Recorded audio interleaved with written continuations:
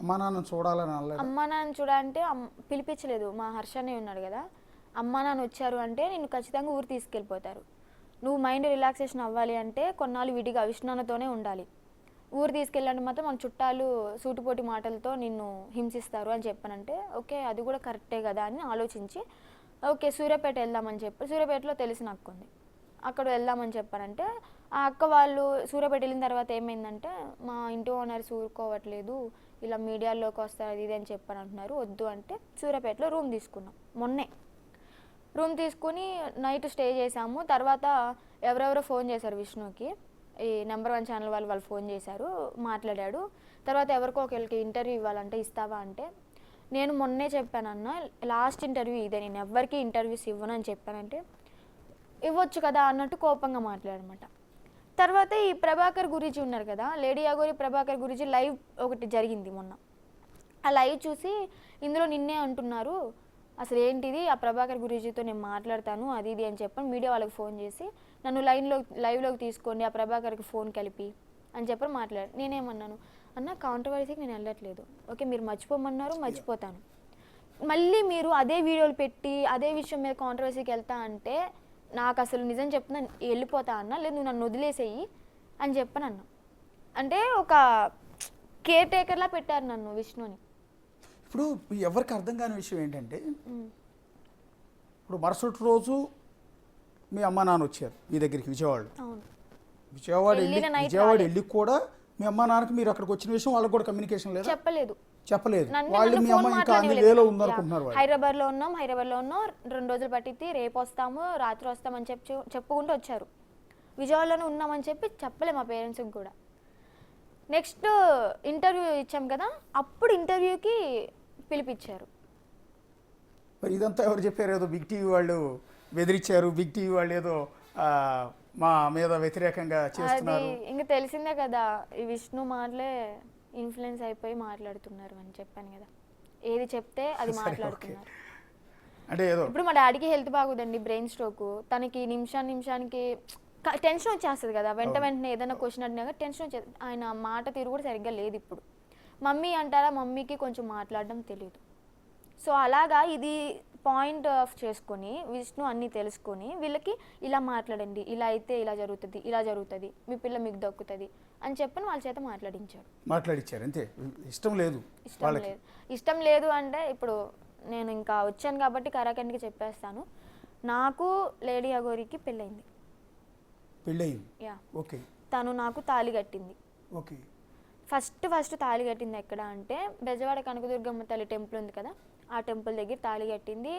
బ్రహ్మముహూర్తానికి వెళ్ళి దర్శనం చేసుకున్నాము, అంతా ఓకే బాగానే ఉంది. ఇంటికి వచ్చిన తర్వాత మా అమ్మ నాన్న ముందు కూడా సెకండ్ విష్ణు ముందు కూడా కట్టింది. తాళని చెప్పలేదు, ఒక తాయిత్తు అని చెప్పని ఓపెన్ అప్ అయిపోతుంది, నేను నిజం చెప్పేస్తాను, తాయిత్తు అని చెప్పని కట్టింది. తర్వాత సరదాగా నన్ను కూడా పెళ్లి చేసుకోవచ్చు కదా, నాకు కూడా కట్టొచ్చు కదా అని విష్ణు అంటే కట్టింది. అంటే పసుపు కొమ్మ అయ్యేసేం కట్టలేదు, నార్మల్ తాడి కట్టింది అంతే. దానికి విష్ణు నన్ను కూడా పెళ్లి చేసుకుంది అని చెప్పని అంటున్నాడు.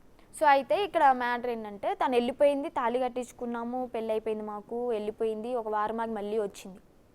వస్తే ఏం చేసిందంటే చెన్నై నుంచి నాకు ఒక గోల్డ్ చైన్ కొనుక్కొచ్చింది, చిన్నవి 2 మంగళసూత్రాలు, ఒక గోల్డ్ చైన్ కొనుక్కొచ్చింది. అది మా ఫ్యామిలీ అందరి ముందే చైన్ మెల్ల వేసింది. మా అన్నయ్య, మా నాన్న, మా అమ్మ ముగ్గురు ఉన్నారు, చైన్ మెల్ల వేసింది. ఇష్టం లేకపోతే మరి అప్పుడే ఆపొచ్చు కదా మా పేరెంట్స్కి. చక్కగా కట్టాము, ఆశీర్వాదం తీసుకున్నాము, కోడలి పిల్ల అని పిలుచుకున్నారు. ఇంట్లో అందరం ఒక ఫ్యామిలీలా కలిసిపోయాము. ఆమె వెళ్ళిపోయిన తర్వాత కూడా ఫోన్లు చేసి మా మమ్మీని ఏమని పిలుస్తుంది అంటే తను సుందరి అని పిలుస్తుంది. ఏంటి సుందరి ఏం చేస్తున్నావు అంటే, ఏంటి కోడలి పిల్ల తిన్నావా ఎలా ఉన్నావు అని బాగోగులన్నీ బాగా తెలుసుకునేవాళ్ళం, మంచిగా ఉండేవాళ్ళం. మధ్యలో ఈ విష్ణుకి నచ్చలే అలాగా, తనకి క్లోజ్ అయిపోతున్నామని ఏమో కానీ, లేదా నేను అటు అట్రాక్ట్ అయిపోతున్నాను ఏ మైండ్తో థింక్ చేసాడో తెలియదు కానీ తనకి నచ్చకపోవడం వల్ల సో ఇంకా తన మీద లేనిపోని అన్నీ చెప్పడాలు అవి క్రియేట్ చేశాడు. మా మమ్మీ వాళ్ళకి బ్యాడ్గా చెప్పడం, లేదంటే మా మమ్మీ వాళ్ళకి ఇష్టమే, వాళ్ళ ముందే కదా నేను తాళి కట్టించుకుంది. వీడియోస్ కూడా ఉండాలి, మరి ఆమె దగ్గర ఉండాలి, ఉన్నాయో లేవో తెలియదు. అంటే మీరు ఇష్టపూర్వకంగానే అఘోరిని పెళ్లి చేసుకున్నారా? అవును. అంటే అంటే ఏంటి అంటే మీరు అనుకోవచ్చు ఒక అబ్బాయిని పెళ్లి చేసుకుంటే మంచి లైఫ్ ఉంటుంది కదా అని. నేనేంటంటే తన జెన్యూనిటీ నాకు నచ్చింది. తన అమ్మాయా అబ్బాయా అదర్సా అని నేను ఎప్పుడు థింక్ చేయలే. జెన్యూనిటీగా ఉంటే చాలు, నాకు ఒక తోడు ఉంటే చాలు. పిల్లలు అంటారా ఏదో ఒక అనాథాశ్రమంలో తెచ్చుకుని పెంచుకోవచ్చు, వాళ్ళకి లైఫ్ ఇచ్చినట్టే అవుతుంది. ఇంకా నాకు సెక్స్ అంటారు, సెక్స్ మెయిన్ కాదు. నాకు ఎప్పుడు నాకు సెక్స్ మీద ఇంట్రెస్ట్ లేదు. సో అలాగా తనకి ఒక లైఫ్ ఇచ్చినట్టు అవుతుంది. నేను కూడా తనకు తోడున్నట్టు ఉంటుంది, తను నాకు తోడున్నట్టు ఉంటుంది. ఓకే, మేమిద్దరం మనస్ఫూర్తిగా మా మనసులు కలిసాయి, మనస్ఫూర్తిగా ఇష్టపడ్డాము, పెళ్లి చేసుకున్నాము. వీళ్ళకి తెలుసు ఆల్రెడీ, అందరికీ, మా ఫ్యామిలీ అందరికీ తెలుసు, విష్ణుకి కూడా తెలుసు. కానీ ఇక్కడ వచ్చింది ఏంటంటే ఒక అబ్బాయితో లేచిపోయినా కానీ మేము అనుకునే వాళ్ళం కాదు. నువ్వు అటు ఇటు కానోడితో ఎలాగ వెళ్తావు అని చెప్పానంటే, మరి ఇంట్లో తాళి కట్టినప్పుడు మీరేం చేశారంటే దానికి ఆన్సర్ లేదు మా వాళ్ళ దగ్గర. అది కరెక్టే కదా, ఆన్సర్ లేదు. సో అలాగ దాన్ని ఇష్టపడడం అయ్యింది. తనతో పాటు సహజీవనం చేయడానికి ఇప్పుడు నేను మేజర్ని, ఎవరినైనా ఇష్టపడవచ్చు, అమ్మాయిని ఇష్టపడవచ్చు, అబ్బాయిని అలాగే ఇష్టపడవచ్చు, పెళ్లి చేసుకోవచ్చు, సహజీవనం చేసే హక్కు నాకుంది, నాకు ఇష్టమైన వాళ్ళతో ఉండడం. అలాగే అందుకే నేను ఇక్కడ మేజర్ అనే పదం వాడాను. దాన్ని పట్టుకొని విష్ణు ఎగతాళి చేస్తూ నువ్వు మేజర్ కదా మేజర్ కదా మేజర్ కదా అని 100 సార్లు నా చెవు దగ్గరే మాట్లాడాడు అనమాట. అది తట్టుకోలేక ఇంకా సరే సూర్యాపేటలో రూమ్ తీసుకున్నామని చెప్పా కదా, మా మమ్మీని పిలువన్నా, మా మమ్మీతోనే నేను ఒక 10 days ఇక్కడ రిలాక్స్ అయిపోయి ఏదో ఒక ఉమెన్స్ హాస్టల్లో పీజీలో ఉంటాము, మేము వెళ్ళిపోతాం, నీతో అసలు మాకు సంబంధమే లేదు, ఇంక నువ్వు వద్దు అని చెప్పని నేను తిట్టాను. విష్ణుని తిట్టా, నువ్వు మా ఫ్యామిలీకి దరిద్రం అని చెప్పని తిట్టా. దానికి ఓకే నా దరిద్రం నీకెందుకులే, నీ కర్మ నాకు వద్దు అని చెప్పని కటిఫ్ చేసుకున్నాను. నిన్న నైట్ కటిఫ్ చేసుకున్నాడు. ఇంక మా మమ్మీ వాళ్ళు వచ్చారు, 2కో ఏమో వచ్చారు మా మమ్మీ వాళ్ళు. ఇంకా అప్పటికప్పుడే బయలుదేరి బస్సు కోసం వెయిట్ చేస్తూ 5:30కో 6కో సూర్యాపేటలో బస్సు ఎక్కాం, విజయవాడ బస్సు. విజయవాడ వచ్చాము. విజయవాడ వస్తే మమ్మీ నన్ను ఎక్కడ తీసుకెళ్తున్నారు మమ్మీ, ఇంటికే కదా తీసుకెళ్తుంది అంటే, ఇంటికే అని చెప్పని విజయవాడ వచ్చేదాకా నమ్మిచ్చారు. విజయవాడ వచ్చిన తర్వాత రేపల్ల బస్సు ఎదుగుతున్నారు మా సొంతూరు తీసుకెళ్ళడానికి. అక్కడ నేను రానని చెప్పా, అమ్మ నేను ముందే చెప్పా, నేను మన ఊరు వస్తాను, నేను కాదంట్లా, కానీ నాకు రెస్ట్ కావాలి, నా మైండ్కి రిలాక్స్ కావాలి, ఈ గొడవల మధ్యలో నేను అక్కడికి వచ్చి వాళ్ళ మాటలు విని నేను సూసైడ్ చేసుకున్నా కానీ మీకు ఆశ్చర్యపోవక్కర్లేదు అని చెప్పని అన్నాను. ఇప్పుడు అందుకే నేను ఇక్కడికి రావడం జరిగింది. ఎందుకంటే వీళ్ళు ఏవేవో మందులు వేస్తున్నారు నాకు. మొన్న విష్ణు గుంటూరు మానస హాస్పిటల్ అని చెప్పి సైకాలజిస్ట్ హాస్పిటల్ దగ్గర తీసుకెళ్ళారు. ఆ డాక్టర్ ఏంటంటే విష్ణు చెప్పిన మాటలు విన్నాడు. విష్ణు కొన్ని అటు ఇటు చెప్తుంటే నేను కరెక్ట్గా చెప్పాను.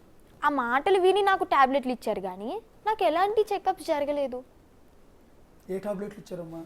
అవి మా అన్నయ్య వాళ్ళు దాచేసుకున్నారు. ఇప్పుడు ఆ పేపర్ ఉండదు కదా, హాస్పిటల్ ఇచ్చిన పేపరు, అది చూపించి నన్ను పిచ్చిదాన్ని అని చెప్పి మళ్ళీ వెనక్కి తెచ్చుకోవాలని చెప్పి ట్రై చేస్తున్నారు.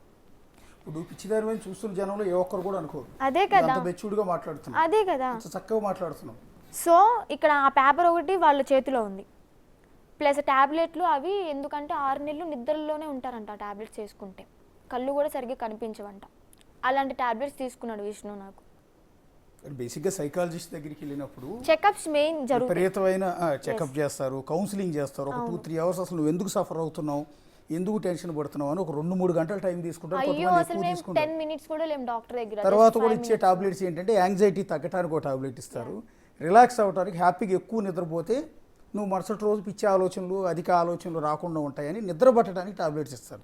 ఇవి తప్ప వేరే టాబ్లెట్స్ ఎవరు ఐస్ కూడా కనిపించవు అని చెప్పని అన్నారు, కళ్ళు కూడా కొంచెం మసమసగా కనిపిస్తాయి అని చెప్పని అన్నారు. ఓకే, అలాంటి టాబ్లెట్స్ ఇప్పించారు నాకు, నేను వేసుకోలేదు. ఓకే, మొన్న విష్ణు బలవంతం చేస్తే మధ్యాహ్నం టాబ్లెట్ ఒకటి చిన్నది ఉంటే అది ఒకటి వేసుకున్నాను. అది స్లీపింగ్, నిద్రపోవడానికి ఇస్తారు, సహజంగా ఇచ్చేది అది. ఎందుకంటే ఎక్కువ నిద్రపోతే ఏంటంటే యాంగ్జైటీ, ఆందోళన, రకరకాల స్ట్రెస్ ఇవన్నీ తగ్గుతాయి, హ్యాపీగా నిద్రపోతారని అది ఇస్తారు సహజంగా ఎవరికైనా సరే. ఇప్పుడు నేను చెప్పేది ఏంటంటే నాకు ఎలాంటి పిచ్చి లేదు, నేను మంచిగానే ఉన్నాను, మెంటల్లీ స్టేబుల్గానే ఉన్నాను, అన్నిట్లో పర్ఫెక్ట్ ఉన్నాను. అది నువ్వు బంగారు తల్లిలా ఉన్నావమ్మా. నువ్వు ఎక్కడ నీకు అలాంటిది ఉందంటే మేమే కాదు, ఇప్పుడు కొన్ని వేల మంది చూస్తున్నారమ్మా నిన్ను. చూస్తున్న ఏ ఒక్కరు కూడా నువ్వు నీలో ఇది కూడా లేదు, చాలా మెచ్యూర్డ్గా ఉన్నావు. బట్ ఏదో ఒక విషయంలో సఫర్ అవుతున్నావు అనేది నాకు కూడా అర్థమవుతుంది, చూస్తున్న జనానికి సఫర్ అవుతున్నావు అంటే అఘోరమ్మతోనే ఉండాలని నేను అనుకున్నప్పుడు మీరు గుజరాత్ నుంచి తీసుకొచ్చేది అది ఫస్ట్ టైం అనుకుంటున్నారు, కానీ అంతకుముందు నేను వాళ్ళ ఇంట్లో కూడా ఉన్నాను. అఘోరమ్మతో కలిసి బెల్లంపల్లి వాళ్ళ ఫ్యామిలీ దగ్గరకు కూడా వెళ్ళాం. వాళ్ళ ఫ్యామిలీకి కూడా తెలిసి మేము మ్యారేజ్ చేస్తామని. వాళ్ళు మంచిగా ఓకే ఒకరికొకరు తోడుండండి అమ్మ, నీకు తోడు ఉంటుంది కదా అని చెప్పని దీవించారు. అక్కడ ఉంటే అక్కడ సిగ్నల్స్ ఉండవు. నేను ఫోన్ లిఫ్ట్ చేయాలని చెప్పి విష్ణు అక్కడ బెల్లంపల్లి వాళ్ళ ఇంటి దగ్గరికి వచ్చేసి నన్ను లాక్కెళ్ళాడు. లాక్కెళ్ళిపోయినప్పుడు రైల్వే స్టేషన్లో ఒక వీడియో నేను ఏదో మంత్రా చదువుతున్నట్టు, అది అప్పుడుదే. అది ఫస్ట్. ఈ గుజరాత్కి వెళ్ళింది సెకండ్ నేను. నేనేది అది కాదమ్మా, అసలు బేసిక్గా ఏ ఆడపిల్ల అయినా సరే చక్కగా బాగా చదువుకోవాలని ఫస్ట్ ఆఫ్ ఆల్ కోరుకుంటారమ్మా. రెండోది బంగారం లాంటి హస్బెండ్ రావాలి, ఆ హస్బెండ్తో లైఫ్ హ్యాపీగా ఉండాలి. రెండు, బంగారం లాంటి పిల్లలు పుట్టాలి. లైఫ్ ఏంటంటే